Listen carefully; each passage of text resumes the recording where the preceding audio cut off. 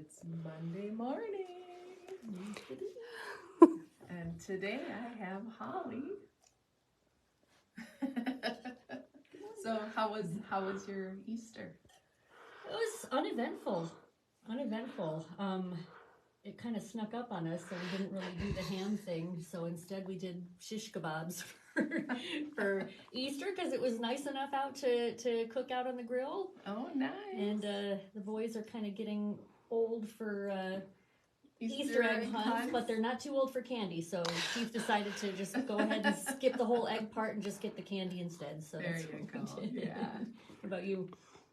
Well, we were at church most of the weekend, and but one thing that our family did when our kids were little is we did a scavenger hunt. Oh yeah. For their Easter baskets. Okay. So they'd be running around the house with little written clues.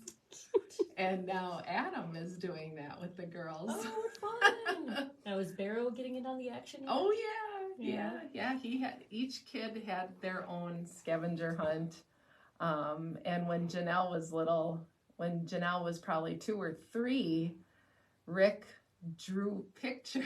Oh, cute! Of where she had to look. Oh, like the bathtub. He'd have a picture of the bathtub. Aww. So they'd run from one thing to the other. I want to do that. The kids, I'll go on a scavenger hunt.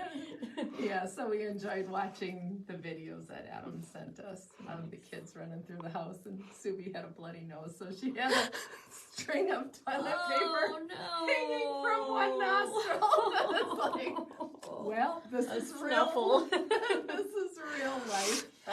Yes, it is. Yeah. So every Monday morning at 9:30, we are going live from Time Flies Quilt and Sew in Negaunee, Michigan. And today I have Holly with me, and she's our serger person. I'm a surgeon. She's a surgeon. Never thought I'd say that. She's our surgeon. Oh, that's cute. So what are sergers? What are overlockers? Sergers and overlockers are pretty much the same thing. It's just a different word for the same machine. In America, sergers, that's the more common term, and in Europe, overlocker is the term. And pretty much, if any of you are wearing clothes right now, which I hope you are, there's a very good chance that it was made on a serger. So I'm wearing a sort of a jersey knit hoodie sweatshirt, and if you look at the edge of my, well, it's black, so it's kind of hard to tell. Yeah, I got it. But on the inside, this was done on a serger, and this is it looks like it's a 4-thread overlock stitch. And so here at Time Flies, we have both overlockers, we have cover stitch machines, and we have combo machines. And I can say that the L890 is our top-of-the-line combo machine because it does an overlock stitch like this, where it cuts off the edge as it's sewing to finish off the edge. And it is also a cover stitch machine. And so a cover stitch, this is an example of a cover stitch right here, where on the top you see 2 rows of stitches here.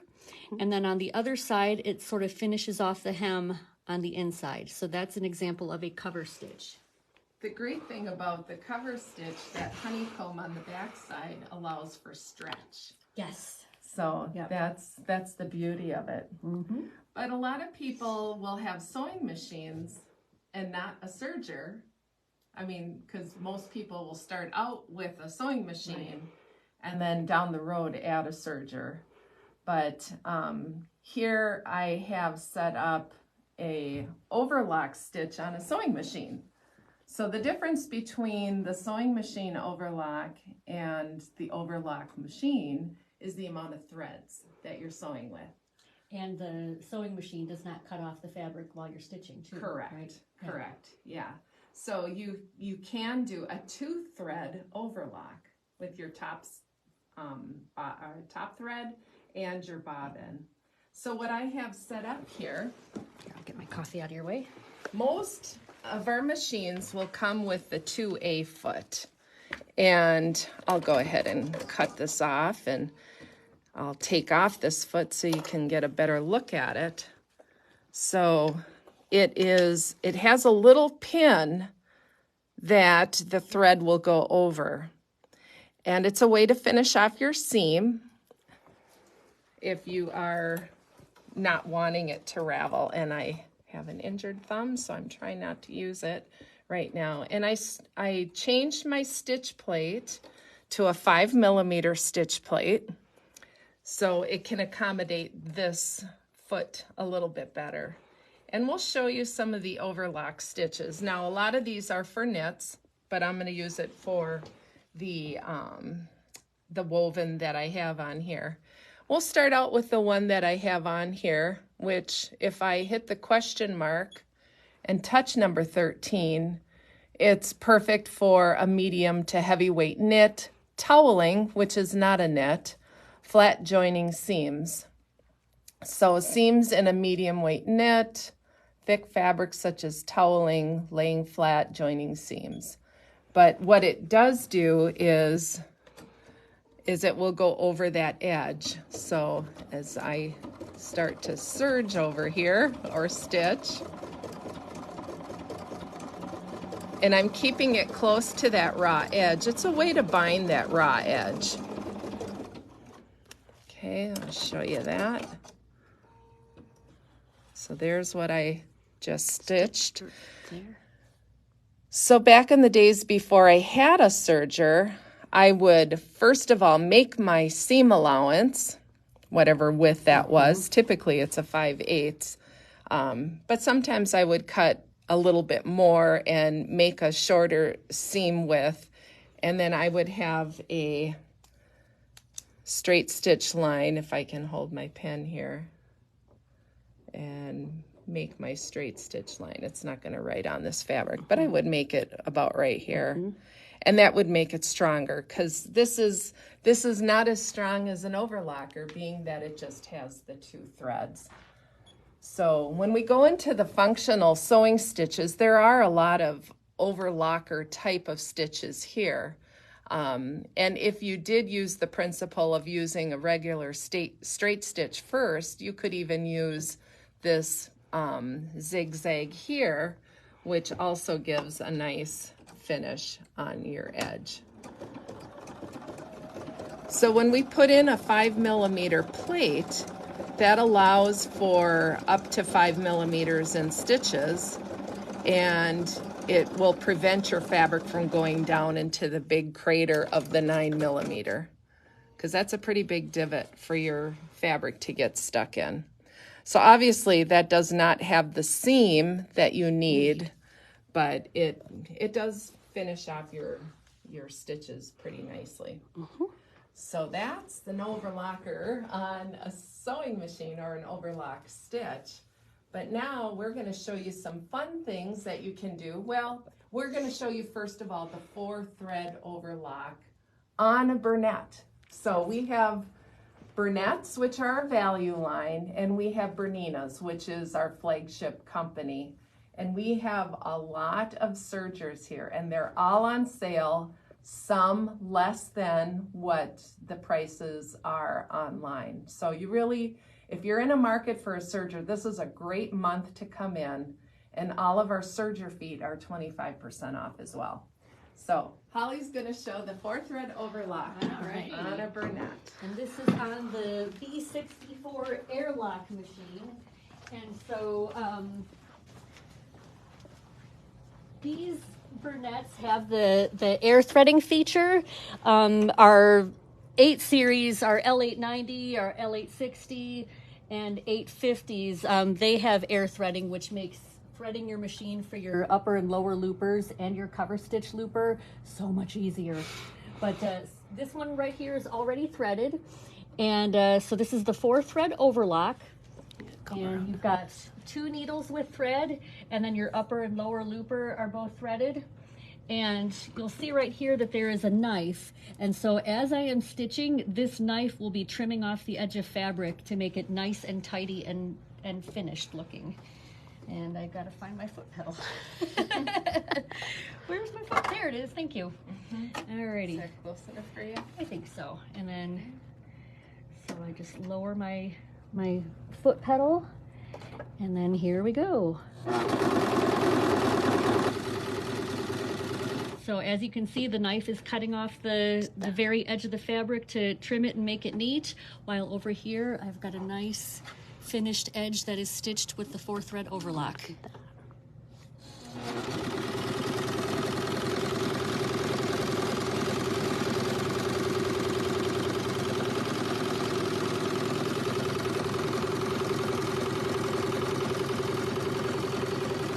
Alrighty. And there you can see how nice and tidy that looks. Yeah, it's a really nice stitch. So when we look a little closer, I mean, normally you'd put right sides together, but here we have 2 rows really of stitching that are going to hold that into place. And at the same time, you have your raw edge completely sealed. So if this were a garment and you turned it right side out, it would look nice and tidy, but on the inside it would be finished and not able to unravel. Yes. Yeah, very good. So next, we have a make and take for you to do when you're in the shop. And for the price of the towel, which is $5.99, you can make one. And I'll get one that we have already made.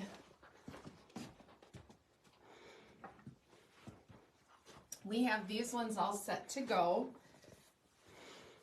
And what we're doing is we're making a ruffled border at the bottom. Yeah, just a little embellishment.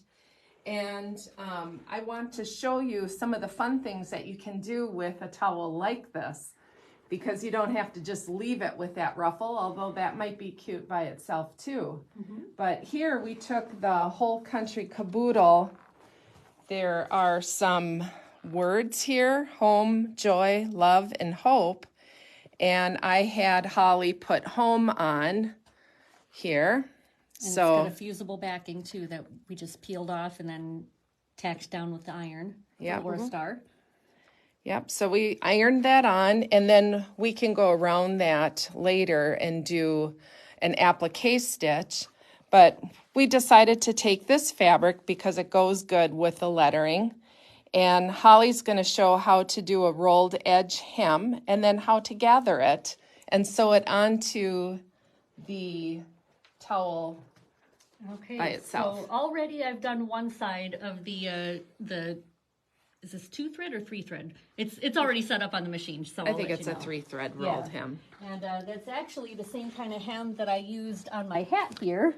And I used a couple of different kinds of threads here. Some are serger threads, and others are the woolly nylon, which is a much thicker, fuzzier thread, and so it gives you a more pronounced hem, which is really kind of a fun effect. So this is the 3-thread rolled hem. There are 2-thread rolled hems, but this is the 3-thread. And so to finish the edge of my ruffle, just like this side, I've got the L860 set up for the 3-thread rolled hem. So there's just one needle with thread, and then the upper and lower looper.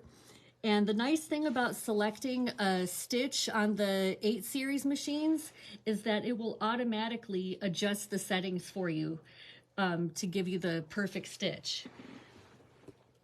So here we go. Once again, the knife is ready to trim off excess fabric for a nice tidy edge.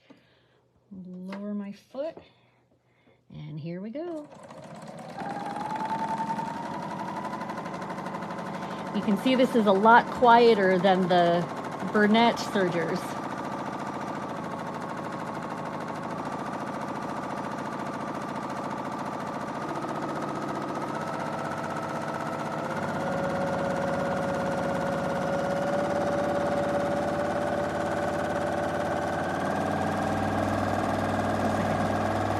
Speed it up a bit.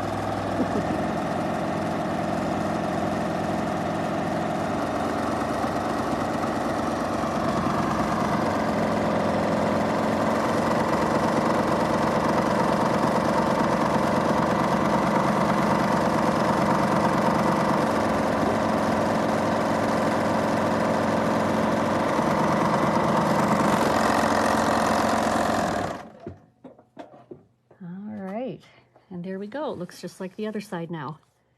Nice and tidy and ready to be a ruffle. Mm-hmm.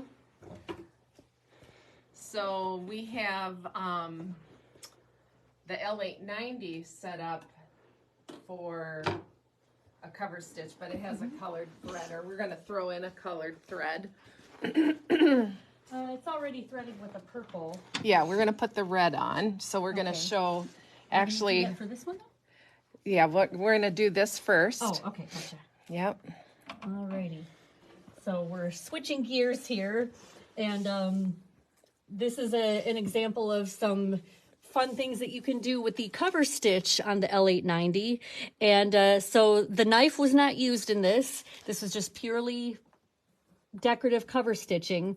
And what you're seeing here is sort of the wrong side of the fabric, because in the cover stitch looper, I used a colorful novelty thread called Spaghetti. And this is a much thicker weight. This is a 12 weight. And I used that to make plaid. So you can actually make your own plaid to decorate your fabric as you wish. And then this could be made into a bag or a clutch. So what I did was I used a couple of different cover stitches. This one right here is a 2-thread chain stitch.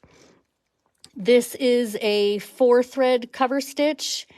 And then this one right here is a 3-thread cover stitch. And there are other cover stitch options that you can use, but that's just what I use so far on this plaid. But what I'm going to do here is I'm going to do a couple of 3-thread cover stitches on either side of my 4-thread stitch here, just to sort of finish off my plaid. And what I'm going to do is show you how easy it is to switch out the colors of thread. The last one that I used here was the purple, but I'm going to switch it out and use the red thread instead. Okay, so I will pull that out. Thank you. And so, even though this is very thick thread, it will still go through the cover stitch looper. Sometimes if the thread is really fuzzy and thick, you can thread your looper by using what's called a thread cradle.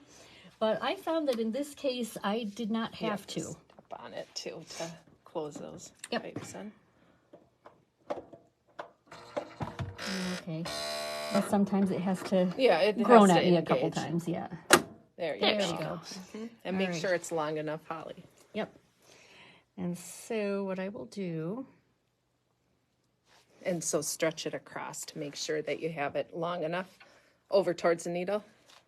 Oh, okay. Yeah, so there you should have enough. Yeah. All right, and then sometimes if it doesn't show up right away, I can just sort of keep feeding it while the air is on, then it will eventually come out. So here we go. Okay. Oh, there we go. There it goes. It came right out. Yep. When it's long enough, it comes all the way out. Yep. So I will trim this to be about 2 inches long, and then I can just leave that tail right inside the machine. And I can tell my screen that I'm all done setting up my stitch by hitting the check mark, and it's going to remind me to turn off or to open up your pipes. Open up my pipes again. I'll put my... Alrighty. So now... So remember how I said that you were looking at the wrong side of the fabric here? So I'm going to be flipping over my fabric, and you can't see this because it's black on black, but I'm going to be stitching down either side of my purple stripe, and the top stitch is going to be black. Now, I didn't mark my straight lines. I just kind of improvised. And you can tell that my lines aren't all that straight. So if you wanted to have perfectly straight plaid stripes, we'd recommend using a ruler and a marking pen or chalk first to draw your lines. But for the sake of TV, I won't do that. Okay. All right, so it's going to be hard for you to see, but I'm sort of following the line that's already there. I'll just start stitching.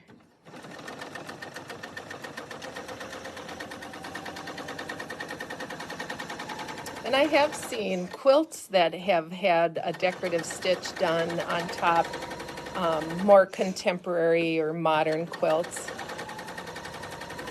And that way you don't have to be straight, you can wave it and use some pretty thread colors that match. And okay. Oh, looky there. So there's my red stripe on the side of the purple. Very cool. Shall I do another one for fun? Very pretty. You could. Yeah. Okay. How are we doing on time? We got 10 How are we minutes. doing on time? Okay. Well, should we do the ruffle? let's do the ruffle. Yeah. So in order to attach the ruffle, I need to switch this over to the 2-thread chain stitch because we don't need this decorative thread just to attach a ruffle. So if you want to change your stitches on here, you've got this wonderful on-screen menu that will show you what to do. Now, the 2-thread chain stitch is a cover stitch, so I'm going to look for it in the cover stitch folder, and there it is right there up at the top, stitch number 16, and it shows you what a 2-thread chain stitch looks like. So there's my top thread in yellow, and then the bottom thread in purple right here is what's going to be on the other side. So this will be on the back side of the towel after I've attached my ruffle. So I will go ahead and select 2-thread chain stitch. And then what's nice is that it walks me through all of the steps that I need to take in order to set the machine up for that stitch. So I'm going to be unthreading. And you can hit the little camera icon if you're not exactly sure how to do what it's telling you. It will show you a detailed video on how to do each step, which is very, very handy when you're just learning. So you have to cut above the needles. Yep, cut above the needles. And then cut up on top by the threads. Yep. And then I probably don't need this one either, do I? No. Nope, so I will cut that even though it's not telling me to. Okay. So then I will pull my threads out.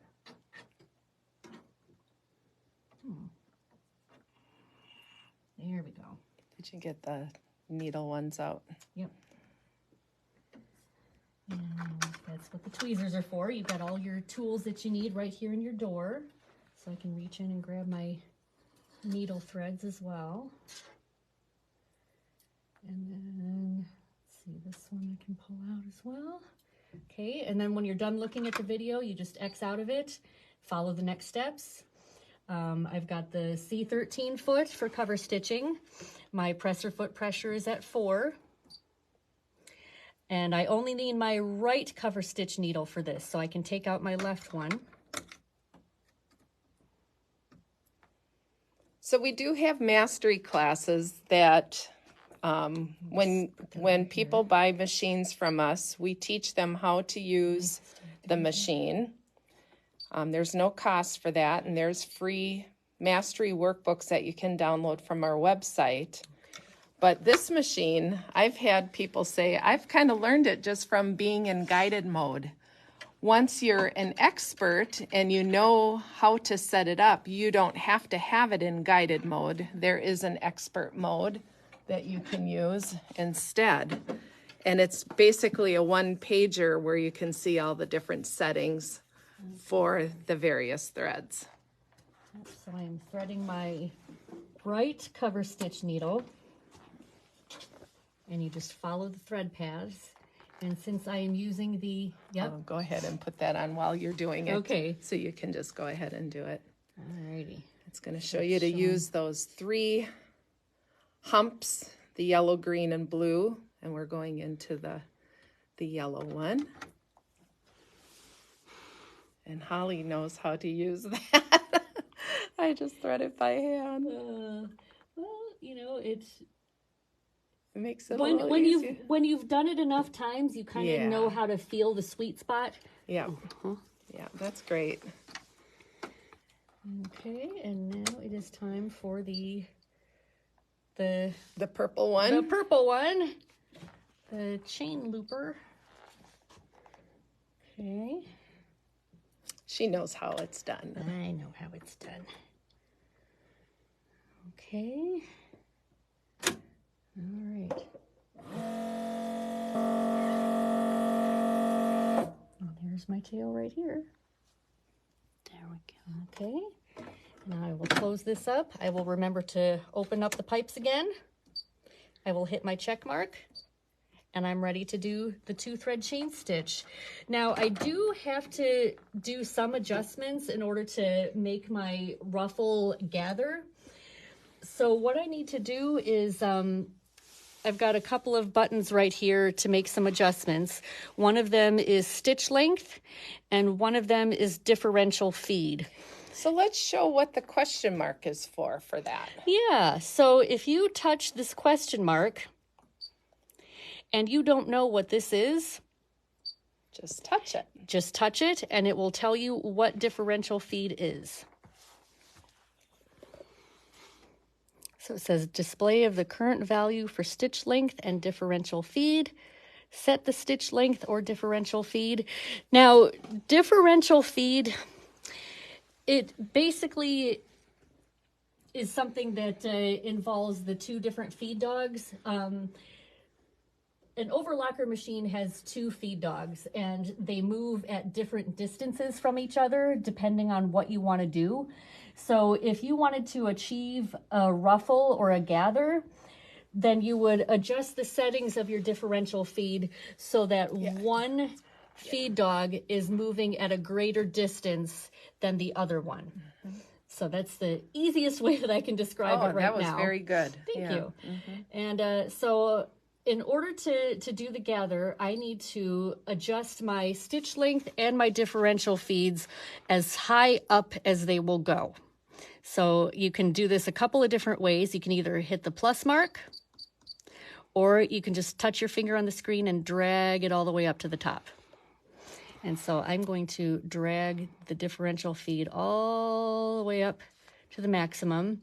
And you'll notice that these buttons turned yellow, and that means that I have adjusted the settings from the default settings. So whenever you see something in yellow, it just means that you have changed it. And if you want to change it back, all you have to do is just tap, tap, and it goes back to the default settings, and they are no longer yellow. Okay? All right. So I will close out of that. So you can see here on this screen as well that the numbers are in yellow to remind you that those are not the defaults. Those are things that you've changed. And so the towel. Are you going to do the gather first? Oh, yeah, that's right. That's right. I got to do the gather first before I attach it. Okay, now did you fold this over the not one side yet. First? No, okay. Not yet. All righty. Just gather. And so what you do is as your fabric is going through, and I'm going to sew straight down the middle. So I've got my needle positioned right in the center of the fabric. And what Pam did when she made the ruffle was that as it went through, she kind of held the fabric in the back to ensure that the fabric was going to gather. And so I'm going to lower. I think it kind of goes automatically on its own. Does it? Okay. Yeah. So I will just go ahead. I'll get it started. Okay, come on, wake up. Oh, looky there, see? And all I am doing is just stitching straight down the middle of my strip. And look at how nicely it is gathering. And that's because of those adjustments that I made. If you didn't make those adjustments, it would be a straight stitch. Yep. So this serger does have a straight stitch. You can sew a straight stitch on this machine. Okay. And look at how nicely that gathered. Ooh. Pretty. Okay, and so now, because I'm going to be stitching this down, my fabric is already gathered. I don't need to gather it again in order to attach it to the towel. So remember, in order to go back and change my settings back to the default, all I have to do is tap the button once, tap that button once, and it's already back to the default settings. Alrighty. So now I'm going to attach this to the ruffle to the bottom of the towel here, and I'm going to fold the beginning part of this ruffle down. And do it twice. Oh, do it twice. Yeah. Okay. And make it a little thinner. Oh, make it, okay. Yeah, it doesn't have to be ½ inch. It could be like Okay. quarter inch. There you go. 2 times. Yeah. See, you're witnessing history in the making here, because this is the first time that I have done this. Pam has already done this, but I watched her do it. And so, yeah, I'm putting it about right there. Is that right? Yeah, that looks good. As long as it doesn't cover up the word home. Nope, it looks like it's fine. So I'm going to get this underneath, and I'm going to line up my needle. Well, the needle is lined up with these notches on the foot, but I'm also going to make sure that the needle is lined up with the stitch that I've already done down the center of the strip. So I'll lower my foot. Okay. And so this is just going to be a straight stitch. We're not gathering anymore. I'm just going to stitch this down onto the towel. And it always makes that sound when you switch your stitch. Yep. It groans at you. We call it the Bernina Burp. The Bernina burp or the Bernina growl. Okay.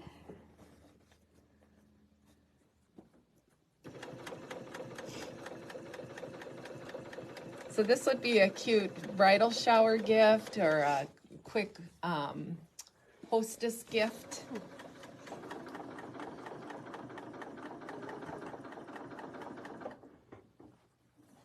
Trying to look through my bifocals at my stitch here. And I usually am looking at, conveniently there's lines there so you can get it so it's not crooked.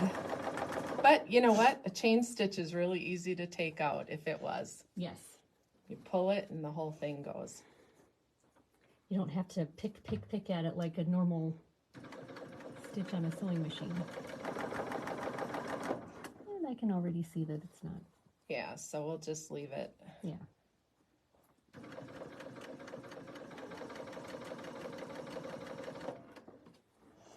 And then as I get closer to the bottom here, I will trim off this excess and then fold under my hem again. So, what, you cut off about that much, didn't you? Yeah, I would. Depends on where you're at. Oh my goodness. Yeah. It takes practice, just like anything else. It takes practice, but once you've got it down, it is so much fun. And it goes by really quickly, too. Yeah, so the make and take that we have is just the towel and the ruffle. And if a person wanted to get some appliques, we have a whole wall full of them. Okay, I will trim off my thread on this side. Ta-da! And trim it off on this side. And there you have it. Cute. Look how cute and how easy that was. Adorable. Nice. Good job, Holly. Thank you. Yeah, so I'll have Jess come over here and we'll talk about what we have going on this month. We have a ruler work class in April that I'm kind of highlighting these 2 books by Amanda Murphy. Amanda Murphy is a Bernina ambassador, and she is our quilting ambassador. And I love these books. I love all of her books, but it gives you a good idea on how to use the ruler work foot and get involved with rulers. So we're going to be showcasing all the different Amanda Murphy rulers that we have, which we have, I think, most of them, if not all.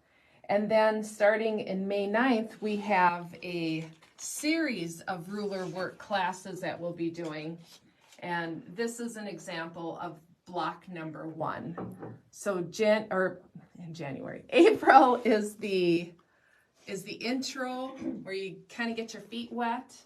And then we're going to do a 4-part series, and all 4 parts are on the calendar now.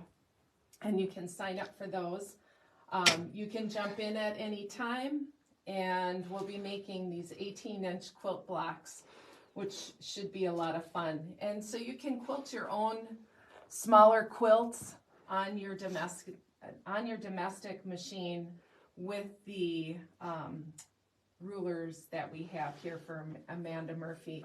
Bernina people all have high shank feet, and the rulers that we buy are in the blue packages. Those are 1/4 inch. If you have another brand sewing machine, you need to check to see if it's a high shank or a low shank and get the appropriate feet that you need for that. And let me know, because I don't stock all of those low shank feet for other brands, but we can get them for you. So you feel free to join in with that. I also have a special. So at the end, we'll talk about our special. So today, all of our kits that we have, like this wall hanging here, we have that as a kit, and that fabric is called Refresh by Northcott. I think we might have 3 of those kits. All kits online are 15% off. And if you come into the store to purchase a kit, you have to mention that you watched our Facebook Live, because we're not going to tell you. It's the incentive for you to watch. So we have a lot of kits. I want to show another one that we have that's really pretty. This quilt here is fabric made by Shell Rummel, and it's a Free Spirit fabric. We have those kits on special too. The special code to get that discount is KITS, kits. So thank you for tuning in today. Oh yeah, Holly's got one more thing to show. She worked so hard at it. Almost. Here's an example of something else that you can do on your overlocker. I made jewelry, and what I did was I used the 3-thread overlock narrow stitch, and my, what is that foot? The number 27? Yes. No, it was the cording foot, C17. So the C17 cording foot, and what I did was through the foot, I threaded some 12-weight fishing line, and then I overlocked over top of the fishing line, and as I went along, I threaded some beads on, and I won't go into too much detail about how we did this, but this is an example of something that you can do, one of the many, many things that you can do on your overlocker machine, and it's so much fun. Good. I thought that was fantastic that Holly made that. It's so cool. Cute. And it's so Holly. So thanks for joining in. We'll see you next time. Bye.